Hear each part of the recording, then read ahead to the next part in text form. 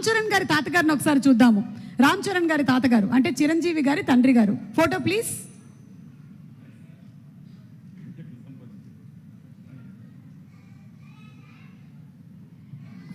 అమ్మా ఎస్, చిరంజీవి గారు ఈ ఫోటో వెనకాల ఏదో ఒక చిన్న స్టోరీ ఉందంట.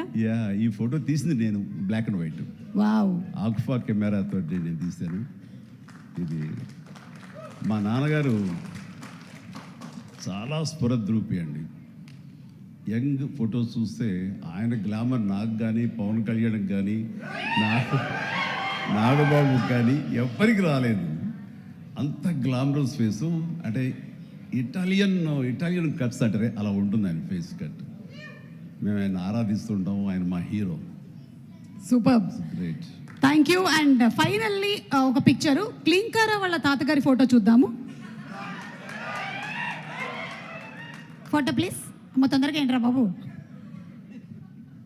అది మేము ఇంకా ఫేస్ స్పష్టంగా చూడలేదు కానీ విత్ ఆల్ ది మనవరాళ్ళు ఇంట్లో ఉన్నప్పుడల్లా నాకు మా గ్రాండ్ డాటర్స్ ఉన్నట్టు ఉండదు.